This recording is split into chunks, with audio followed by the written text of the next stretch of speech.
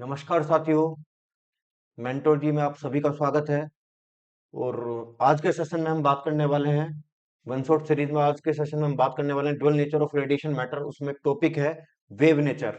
जैसे कि last session आपने देखा होगा, मैंने उसमें जो है बात की थी फोटो इलेक्ट्रिक इफेक्ट यानी कि पार्टिकल नेचर के ऊपर। और पार्टिकल नेचर हमें कहाँ से मिलता है? पार्टिकल नेचर का प्रूफ हमें मिलता है by the photo electric effect and quantum effect.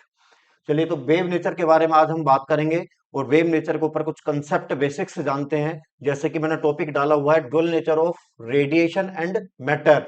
Radiation के बारे में हम सभी जानते हैं कि रेडिएशन के पास जो लाइट होती है उसके पास ड्यूअल नेचर होता है।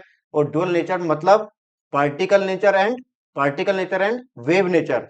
पार्टिकल नेचर हमें कहां से पता लगा? पार्टिकल नेचर, लाइट के पास पार्टिकल नेचर है, इसका हमें कहां से पता लगता है? इसका हमें पता लगता है by the photo electric effect. जब फोटॉन्स मेटल के अंदर जो फ्री इलेक्ट्रॉन्स है उनको जाके जब कोलाइड करता है तो वहां से इलेक्ट्रॉन का इजेक्शन हो जाता है। और इलेक्ट्रॉन का इजेक्शन हो जाता है तो ये बात प्रूव करती है कि लाइट के पास पार्टिकल नेचर होता है।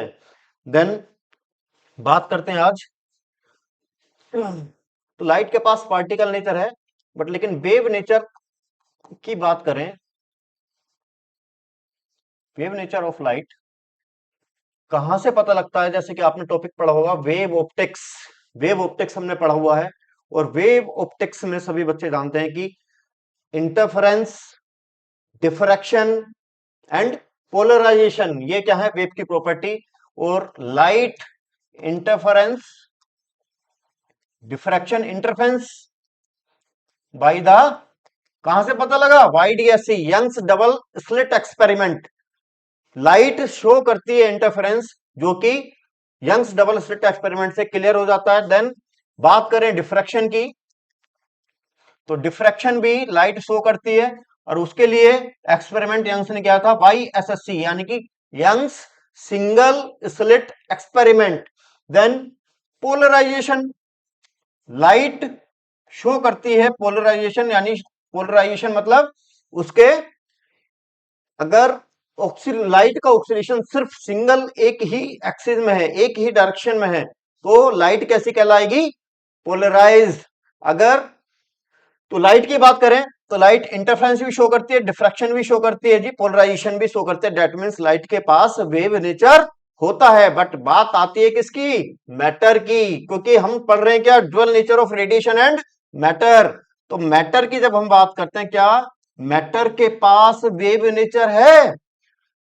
अगर मैं इस मार्कर को फेंकता हूं, क्या ये मार्कर के पास वेव नेचर होगा? That means motion,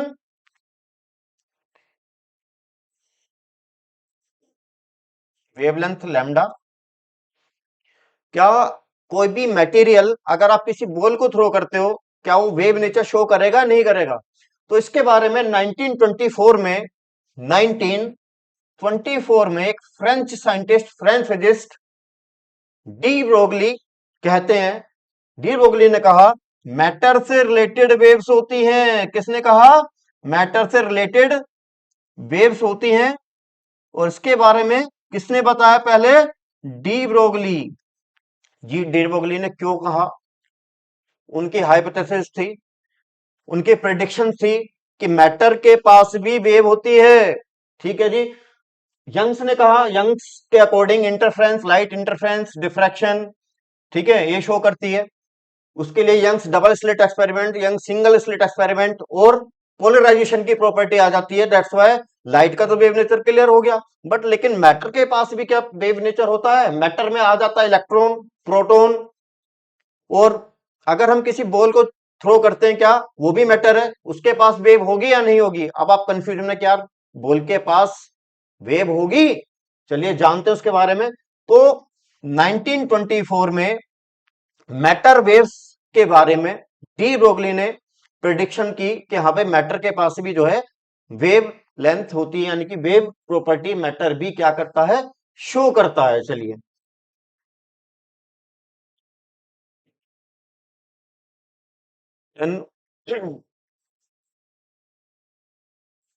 D Broglie wave, या फिर इसी को बोलेंगे क्या? Matter waves.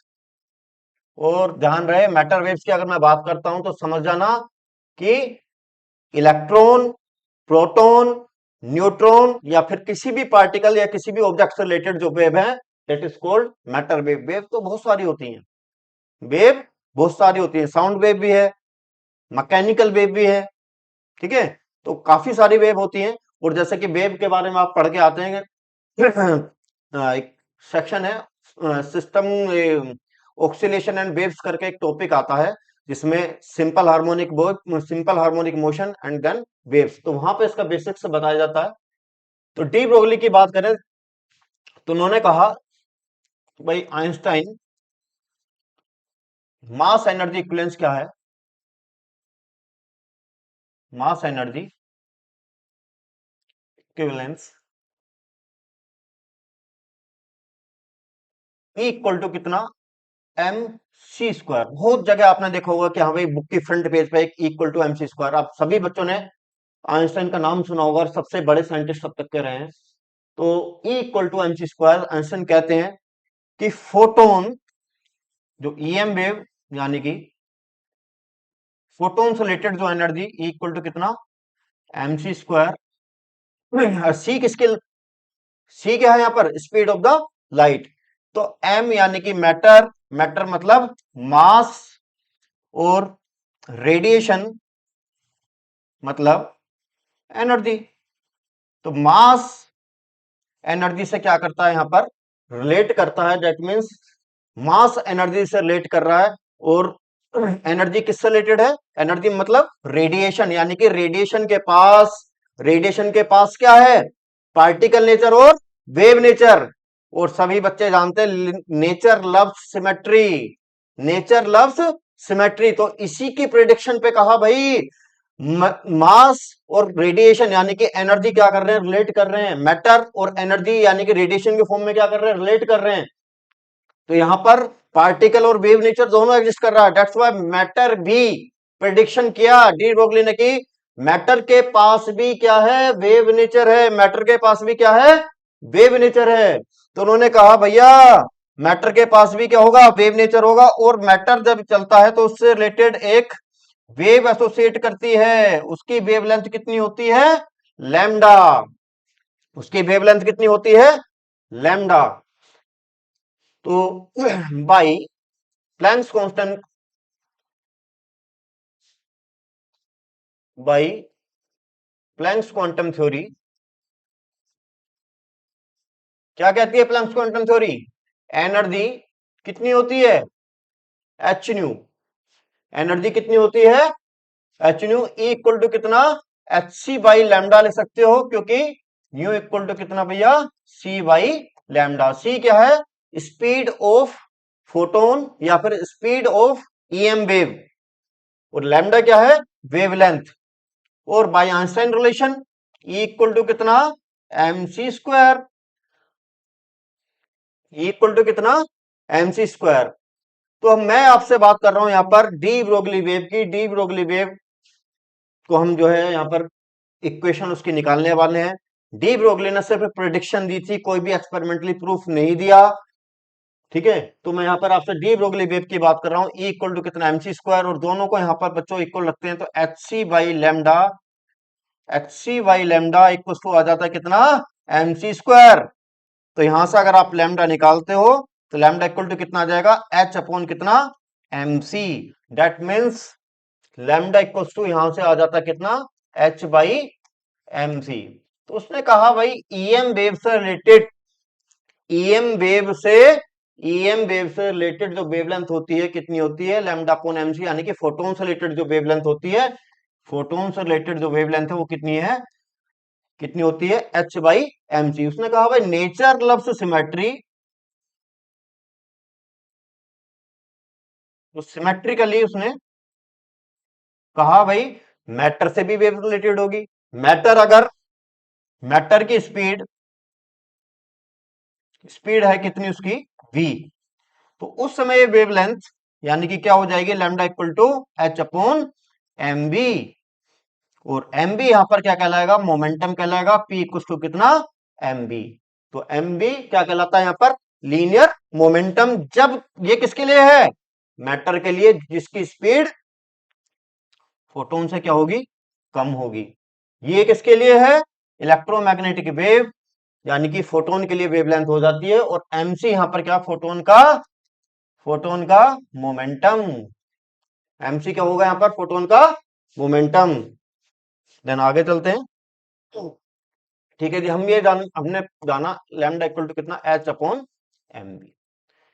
ये मैटर से रिलेटेड वेव होती है, और जिसमें कि एम बी यानी कि P equals to M B, तो lambda equals to H upon कितना आ जाता है? यहाँ पर पी आ जाता है। पी यहाँ पर क्या है? Linear momentum. ठीक है, अब इसके ऊपर कुछ बेसिस क्वेश्चंस आते हैं, वो बेसिस क्वेश्चंस की मैं बात करूंगा आपसे बाद में। फिलहाल और इसके बारे में आगे जान लेते हैं। तो पहली बात तो डी ब्रोगली वेव, बहुत कंसेप्ट वाली बात बता रहा हूं। D Broglie wave not EM wave, ये कोई ईएम वेव नहीं होती। क्यों नहीं होती जी? ईएम वेव क्या होती है? ईएम वेव किसके होते हैं? Due to accelerated charge particle, due to accelerated charge particle, यानी कि वहां चार्ज पार्टिकल होना ही चाहिए, वहां चार्ज पार्टिकल होना चाहिए। बट लेकिन यहां पर चार्ज हो या ना हो, मैटर से तो वेव एग्जिस्ट करती है। ये प्रेडिक्शन किसका है? डी ब्रोगली का। डी ब्रोगली का प्रेडिक्शन है कि मैटर से वेव एग्जिस्ट करती है। Lambda equal to H upon p. अगर यहां पर lambda equal to H upon M v, अगर मैं कहता हूं कि मैटर चल ही नहीं रहा, मैटर रेस्ट में है, वेलोसिटी मैटर की कितनी है? 0 है। मैटर किस में है? रेस्ट में है। दैट मीन्स मैटर का मास m, रेस्ट में है मैटर, वेलोसिटी कितनी? 0। तो लैम्डा उसका कितना आएगा? h upon m into v होता है। ये कितना आ जाएगा बच्चों? Infinity. Not defined. That means उससे कोई भी वेवलेंथ एग्जिस्ट नहीं करेगी। अगर कोई भी matter, no wavelength exist with matter, जो भी मैटर होगा उससे कोई भी वेवलेंथ एग्जिस्ट यहां पर नहीं करने वाली, क्योंकि मैटर किसमें है? रेस्ट में। तो यानी कि उसका जो वेवलेंथ है कितना हो गया? इंफिनिटी हो गया भाई, इंफिनिटी हो गया। दैट मीन्स अगर कभी भी मैटर मोशन में आएगा तभी उससे क्या होगी? वेवलेंथ एग्जिस्ट करने वाली है। चलिए और आगे जानते हैं। लैम्डा डी ब्रोगली वेव, आपने पढ़ा एच अपॉन कितना? एम बी, या फिर एच अपॉन कितना? P.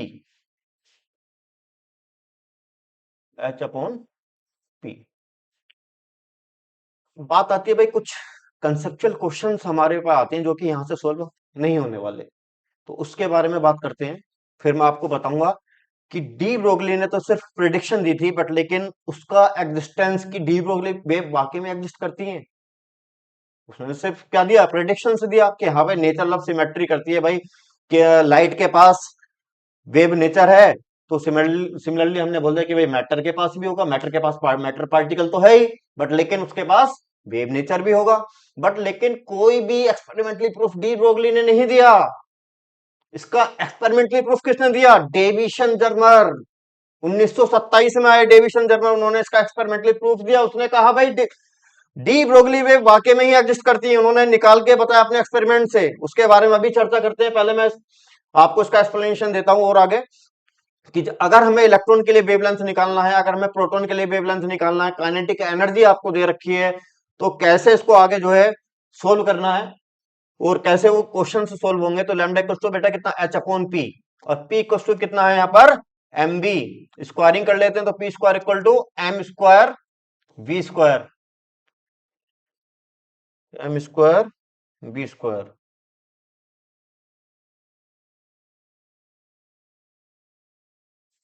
M square v square, और काइनेटिक एनर्जी लेंगे 2/2 एम स्क्वायर वी स्क्वायर, और इसको आप लिख सकते हो 2m 1/2 एम वी स्क्वायर। तो पी स्क्वायर आ जाता है हमारे पास, और पी स्क्वायर इक्वल टू आप लिख सकते हो 2m। ये क्या हो गया यहाँ पर? Kinetic energy. काइनेटिक एनर्जी तो p equal to that is equal to under root 2m kinetic energy, 2m 2m into kinetic energy. और इसी को आप उठा के काइनेटिक एनर्जी इक्वल्स टू आप कह सकते हो P square upon P square upon 2m। यहां से काफी सारे कंसेप्चुअल क्वेश्चन बच्चों सोल्व होने वाले हैं इससे, और इस वाले से काफी कंसेप्चुअल क्वेश्चन आपको मिलेगा, वो बताऊंगा कैसे क्या होने वाला है इसमें। ठीक है, मोमेंटम आ गया आपके पास अंडर रूट 2m इंटू कितना काइनेटिक एनर्जी, जैसे कि ये फॉर्मूला था lambda equal to de Broglie wave का, एच अपॉन कितना एम बी इक्वल टू, आप इसे लिख सकते हो एच अपॉन पी, और पी की वैल्यू कितनी है हमारे पास, यहां से पी की value under root 2m into kinetic energy, under root 2m into kinetic energy. ठीक है जी, तो lambda M V H upon M V H by P, और under root H by under root 2m into kinetic energy हो जाता। ठीक है, अगर एक तरफ हम पॉजिटिव प्लेट रखते हैं और एक तरफ रखते हैं नेगेटिव प्लेट, और यहां पर एक इलेक्ट्रॉन है जिस पर चार्ज कैसा नेगेटिव, तो क्या होने वाला है, अगर ये इलेक्ट्रॉन रेस्ट में था, इनिशियली किस में था, रेस्ट में था, तो इस इलेक्ट्रॉन क्या करेगा, रिपल्शन फील करेगा, जिसकी वजह से इसके पास क्या आ जाएगी भैया, काइनेटिक एनर्जी आ जाएगी। क्या आ जाएगी, काइनेटिक एनर्जी। तो जो पोटेंशियल हमने यहां पर लगाया उसको लिए वो जो वर्क करेगा, तो उसके पास जो काइनेटिक एनर्जी आ जाएगी, इसके पास जो काइनेटिक एनर्जी आएगी वो किसके इक्वल होगी, work done, work done by the supply, जो भी यहां पर सप्लाई के द्वारा वर्क होगा,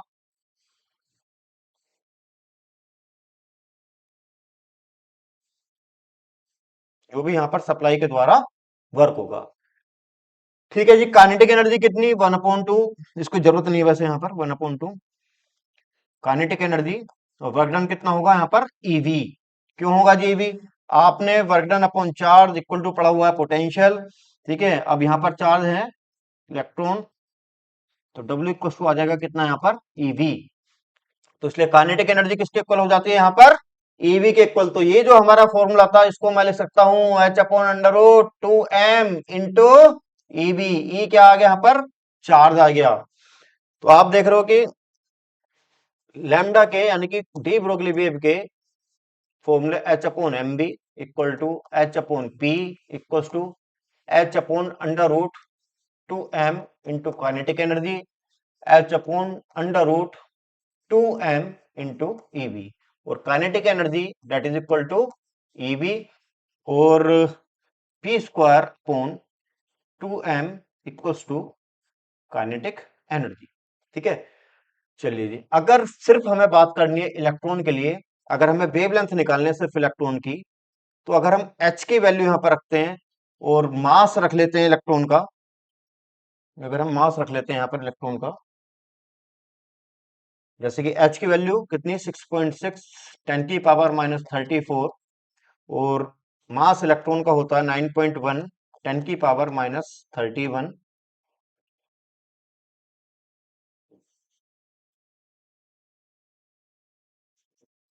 9.1 10 की पावर माइनस 31, और चार्ज सभी को पता होगा 1.6 10 की पावर माइनस 19 कूलम। ठीक है, ये सब वैल्यू अगर हम यहाँ पुट करते हैं तो इलेक्ट्रॉन की wavelength h upon under root 2m eV में वैल्यू रखने के बाद 12.3 अपॉन अंडर रूट वी, और एंगस्ट्रॉम में, और एंगस्ट्रॉम का भी पता होना चाहिए, एंगस्ट्रॉम यूनिट होती है 1 एंगस्ट्रॉम इक्वल टू होता है 10 की पावर माइनस के 10 मीटर। ठीक है, क्योंकि कन्वर्जन पता होना चाहिए। तो जब भी आपको न्यूमेरिकल या क्वेश्चन मिलने वाला है और आपको पोटेंशियल दे रखा है, तो डायरेक्टली आप क्या करोगे, 12.3 upon under root v angstrom, तो पर्टिकुलर पोटेंशियल पर आप वैल्यू देखिए, पोटेंशियल की वैल्यू डालिए इसमें, डायरेक्टली वेवलेंथ आपको इलेक्ट्रॉन की यहां से मिल जाएगी। ठीक है, इलेक्ट्रॉन की वेवलेंथ आपको यहां से डायरेक्टली मिल जाएगी, फाइंड आउट हो जाएगी। बट लेकिन कोई भी क्वेश्चन कंसेप्चुअल क्वेश्चन आता है तो ये सभी फॉर्मूले आपको यूज होने वाले हैं। अब एक बच्चा कहता है सर अगर न्यूट्रॉन हो तो, न्यूट्रॉन हो तो उसके लिए वेवलेंथ कैसे निकालेंगे, न्यूट्रॉन पे तो चार्ज होता नहीं है, बट लेकिन मैटर तो है वो, तो इसलिए न्यूट्रॉन के लिए भी जानते हैं। तो लैम्डा इक्वल्स टू हमने H upon P, H upon M V, H upon under root 2m into kinetic energy, और H upon under root 2m into EV. ठीक है जी, ये पढ़ा। तो लैम्डा इक्वल्स टू ले लेते हैं h upon under root 2m kinetic energy. ये सिर्फ बात करूंगा मैं सिर्फ न्यूट्रॉन के लिए, न्यूट्रॉन पर कोई भी चार्ज नहीं होता, क्योंकि ये फॉर्मूला वहां न्यूट्रॉन के लिए नहीं लगेगा, ये लग सकता है, ये अप्लाई हो सकता है, ठीक है जी। बट लेकिन अगर आपको दे रखा है टेम्परेचर न्यूट्रॉन के लिए, तो आप कैसे फाइंड आउट करेंगे? तो टेम्परेचर काइनेटिक एनर्जी का जो रिलेशन होता है इक्वल टू होता 3/2 केबी इंटू टी। केबी यहां पर कहलाता है बोल्ट्जमैन कांस्टेंट, और टी यहां पर है टेम्परेचर। केबी क्या है यहाँ पर? Boltzmann constant. टी क्या है यहाँ पर? टेम्परेचर। तो न्यूट्रॉन के लिए या पर्टिकुलर टेम्परेचर पर अगर हमें वेवलेंथ निकालनी है तो उसके लिए हम यूज करेंगे 2m 3/2 केबी इंटू टी। 2 से 2 यहां पर कैंसिल आउट हो जाएगा, तो ये आ जाता है h/√3m केबी इंटू टी। तो जब भी आपको टेम्परेचर दे रखा है तो हमें वेवलेंथ अगर फाइंड आउट करनी है डी ब्रोगली, तो आप इससे डायरेक्टली फाइंड आउट कर सकते हैं। तो यहां पर एक फॉर्मूला और ऐड कर रहा हूं मैं, h/√3m केबी इंटू टी। तो ये सभी फॉर्मूले आप डी ब्रोगली के मैंने यहाँ पर लिख दिए। ज्यादातर क्वेश्चंस इसी से सोल्व हो जाने हैं। और जब हम बात करेंगे इलेक्ट्रॉन के लिए, तो इलेक्ट्रॉन के लिए ध्यान रहे, मैंने आपको बताया 12.3/√v। v मतलब यहाँ पर वेलोसिटी नहीं है, v ध्यान रखना क्या है यहाँ पर? पोटेंशियल है। क्या है? पोटेंशियल, वेलोसिटी नहीं है। बट लेकिन ये वाला जो v है यहाँ पर, ये वाला v क्या है? ये वाला v वेलोसिटी है। ये वाला v क्या है यहाँ पर? वेलोसिटी है। चलिए आगे बात करते हैं। डी ब्रोगली ने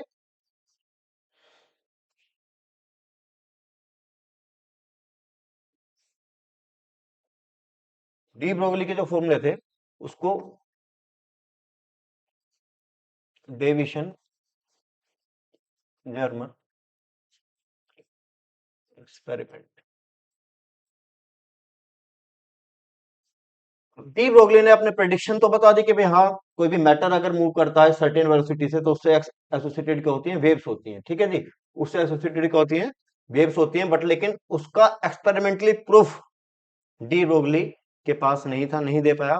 तो डी उसका एक्सपेरिमेंटली डेमोन्स्ट्रेशन, उसका एक्सपेरिमेंटली प्रूफ किसने किया? डेविशन जर्मन ने किया।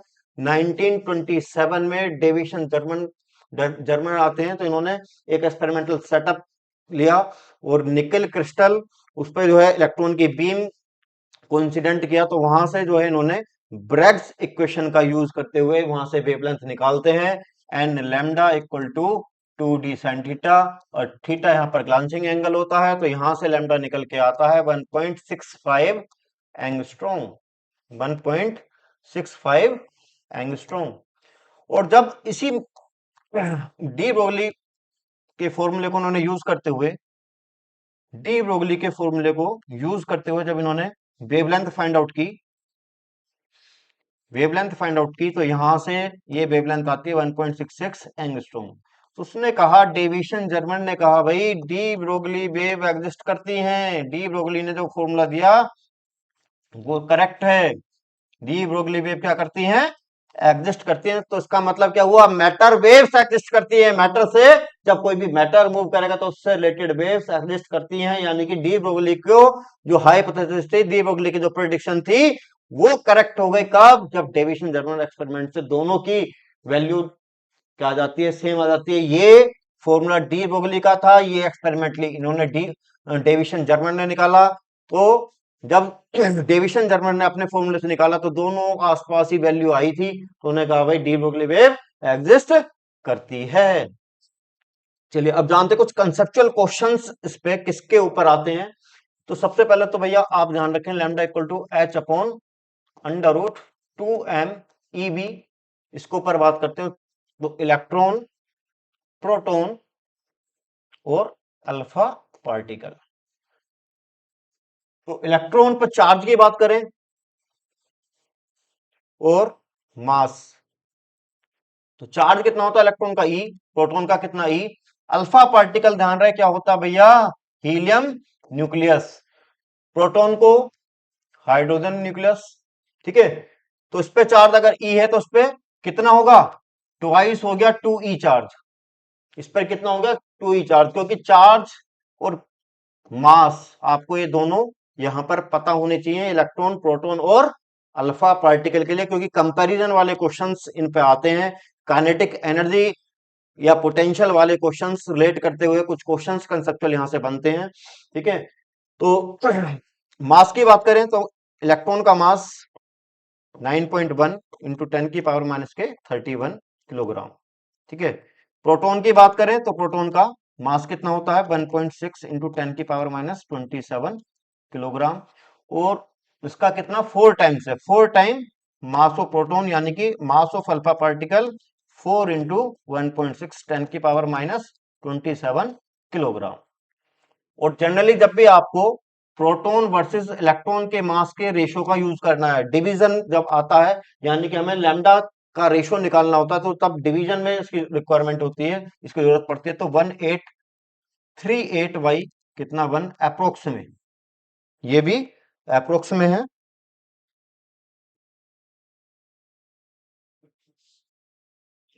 ये भी वैल्यू अप्रोक्स में है। तो अगर प्रोटॉन टू इलेक्ट्रॉन के मास का रेशियो की बात करें तो 1838/1, तो इसके अप्रोक्सीमेटली ये जो है मास का रेशियो रहता है। जब आप कंसेप्चुअल क्वेश्चन करेंगे तो डिवीजन आपको करना पड़ेगा, तो इसलिए इजी पड़ जाएगा। ठीक है, तो यहां तक सभी को समझ में आता है। और इसके बाद फोटो इलेक्ट्रिक इफेक्ट हमारा क्लियर हो जाता है, और देन वेव नेचर हमारा क्लियर हो जाता है। अब मैं कुछ कंसेप्चुअल क्वेश्चंस की बात कर लेता हूं। चलिए, lambda equals to H upon under root 2m EV, इसके ऊपर ग्राफिकली क्वेश्चंस भी आते हैं, जानते हैं जी ग्राफिकली क्वेश्चंस क्या आ सकते हैं इसके ऊपर। तो lambda equals to H upon under root 2me 1/√b, इसको सेपरेट करके मैंने लिख लिया, और सेपरेट करके लिख लिया तो इसका अगर हम ग्राफ बनाते हैं y equals to mx, y axis पर आपने ले लिया लैम्डा, एक्स एक्सिस पे क्या ले लिया हमने 1/v, और m यानी कि स्लोप। ग्राफ कैसा आएगा, स्ट्रेट लाइन की इक्वेशन है, इंटरसेप्ट यहां पर कुछ है नहीं, इंटरसेप्ट कितना 0, तो ग्राफ यहां से स्टार्ट होगा। और m क्या है यहाँ पर स्लोप, और स्लोप यहां पर आप देखते हो तो कितना है h upon under root 2me। अब जनरली क्या है भाई, आपको 2-3 ग्राफ दे दिए क्वेश्चंस में, क्या हुआ आपको ये ग्राफ दे दिए, एक ग्राफ p है, एक ग्राफ q है, एक p पार्टिकल के लिए है, एक q पार्टिकल के लिए है, लैम्डा 1/√b। और क्वेश्चन करते समय बस एक बात का ध्यान रखना कि वाई एक्सिस पर लैम्डा है, एक्स एक्सिस पे क्या है 1/√b है। सीबीएसई क्या करता रहता है, अपने क्वेश्चंस में चेंज करता है, तो हो सकता है कि 1/√b इधर आ जाए और लैम्डा इधर पहुंच जाए। अगर ऐसा होता है तो उसके लिए भी मैं आपको बताऊंगा क्या चेंज होने वाला है, स्लोप में क्या चेंजेस आ जाएंगे।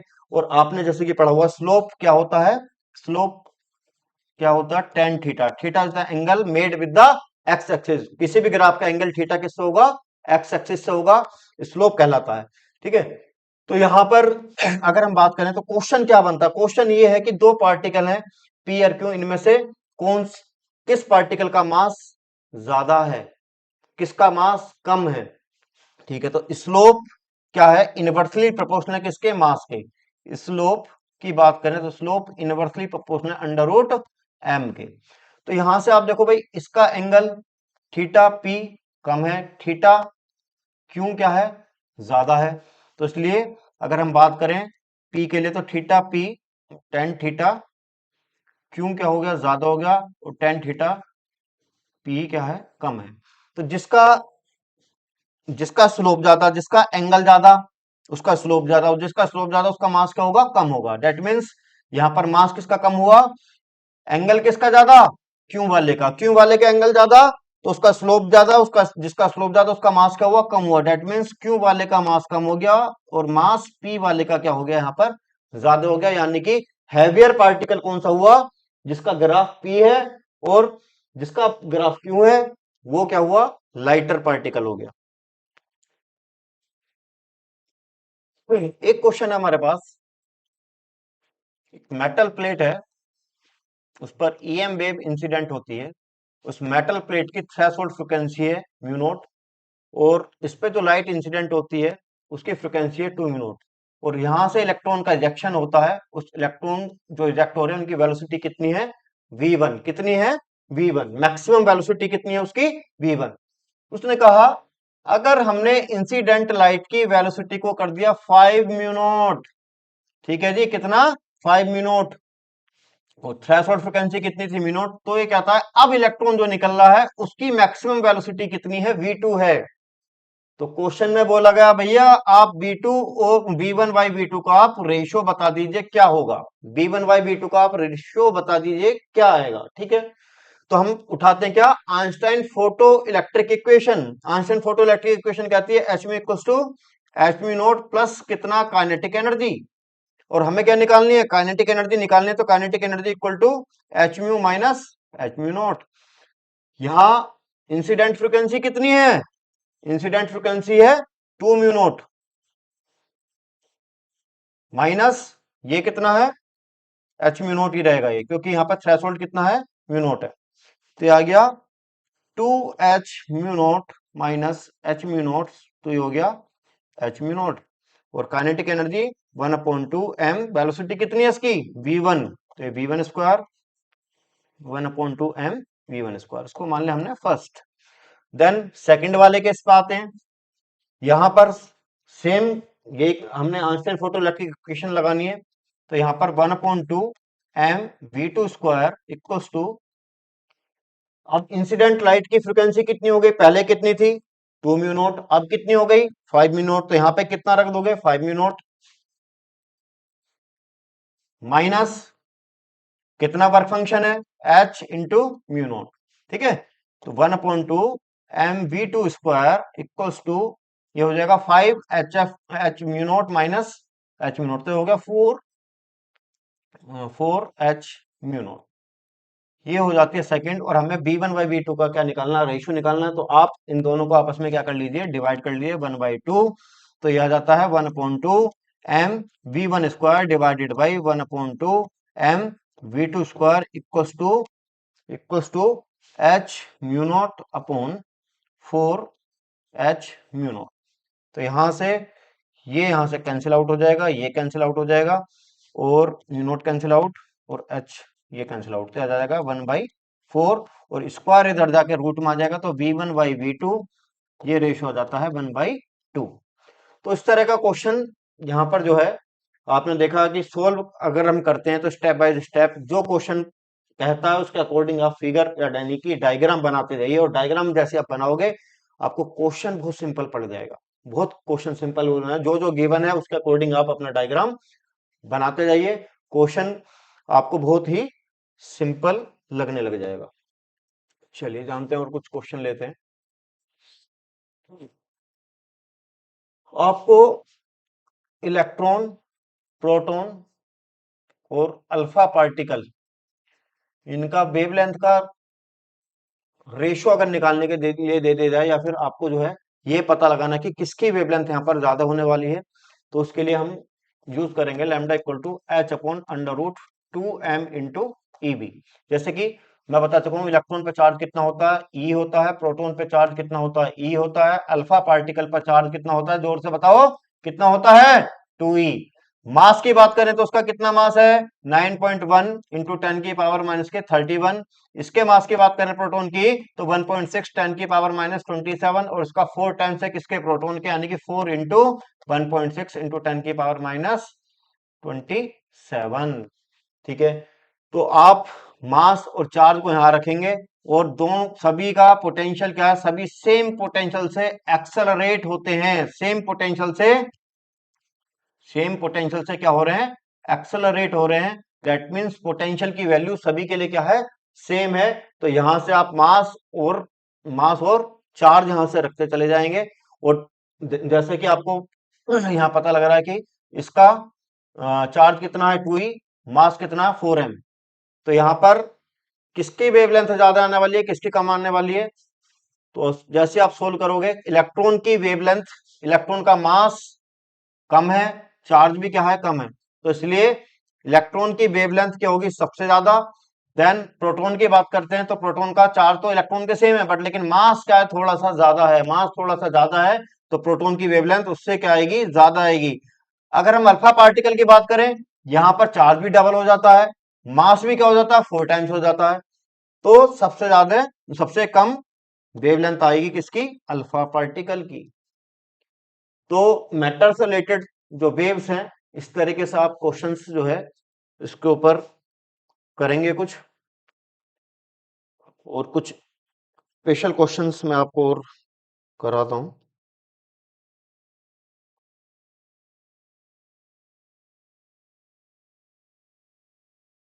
क्वेश्चन है एक,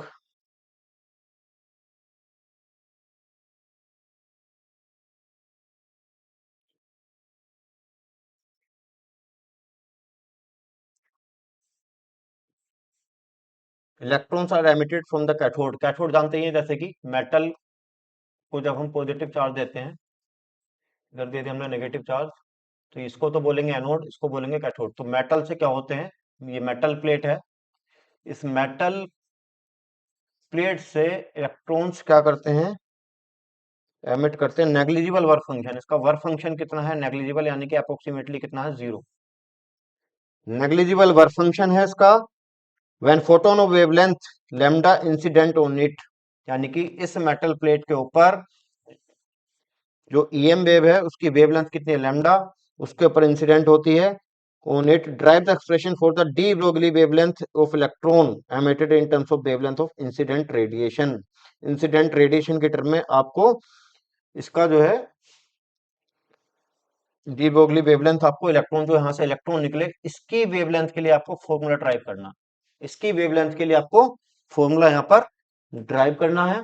चलिए जानते हैं कैसे करते हैं। पहले तो आप आइए उठा लीजिए, आइंस्टाइन फोटोइलेक्ट्रिक इक्वेशन क्या कहती है, लाइट की एनर्जी एच न्यू, उसका एक पार्ट वर्क फंक्शन में कन्वर्ट हो जाएगा, बाकी कन्वर्ट हो जाएगा किसमें, काइनेटिक एनर्जी, यानी कि हाफ एम वी स्क्वायर।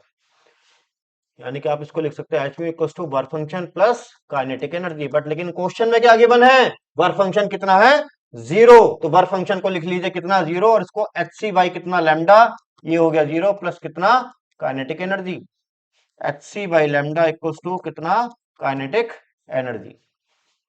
ठीक है जी, ये बात समझ में आती है।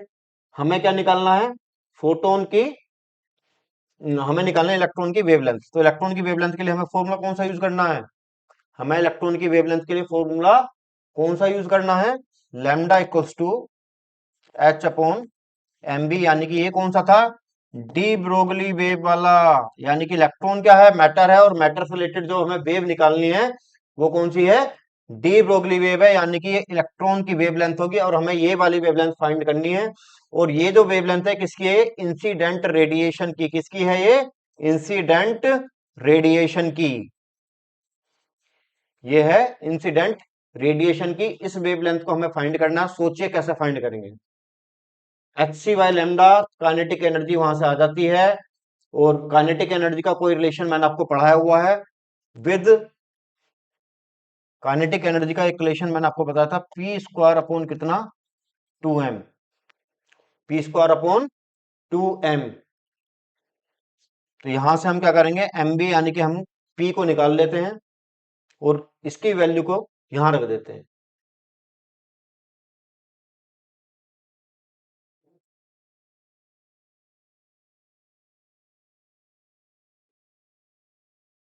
तो काइनेटिक एनर्जी हमारे पास आ जाती है, काइनेटिक एनर्जी हमारे पास H C by lambda, H C by lambda, और उसको आप ले सकते हो 1/2 M V square equal to H C by lambda, और V square equals to 2hc upon lambda into M, या V equals to under root 2hc by lambda M. और electron की वेवलेंथ की बात करें, तो इलेक्ट्रॉन की वेवलेंथ के लिए मैंने आपको बताया था क्या यूज करना, मैटर वेव एच अपॉन कितना, एम बी।